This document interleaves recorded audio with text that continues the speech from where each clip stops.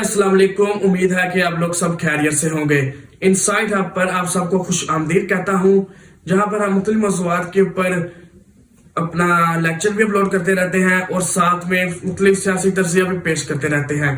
آج ہم بات کریں گے پاکستان تاثرات دفاع 295 کے بارے میں، اس کا پس منظر کے بارے میں ہم لوگ بات کریں گے۔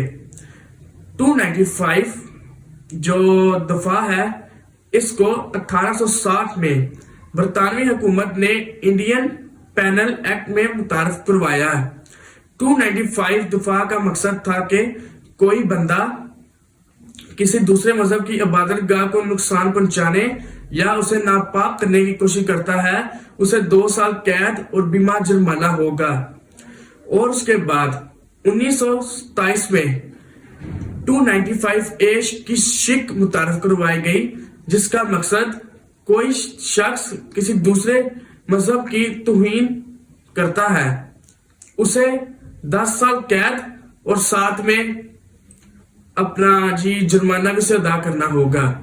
اس کے بعد 295 بی کی شق یہ 1980 کی دہائی میں متعارف کروائی گئی۔ اس شق کا مقصد یہ تھا کہ کوئی بندہ اگر قرآن مجید کی توہین کرتا ہے، اسے عمر قید کی سزا ہوگی۔ اس کے بعد ایک اور شق اسی دہائی میں متعارف کروائی گئی تھی، وہ ہے 295 سی کی شق۔ اس شق میں اگر کوئی بندہ حضرت محمد صلی اللہ علیہ وآلہ وسلم کی توہین کرتا ہے، ان کی شان میں گستاخی کرتا ہے، اسے سزائے موت اور 7 عمر قید کی سزا دی جائے گی۔ اور 1990 میں وفاقی شرعی عدالت نے اس کو لازم قرار دے دیا۔ یہ تھی تمام شقیں 295 کی۔ آئی ہوپ آپ کو سمجھ آ گئی ہوگی۔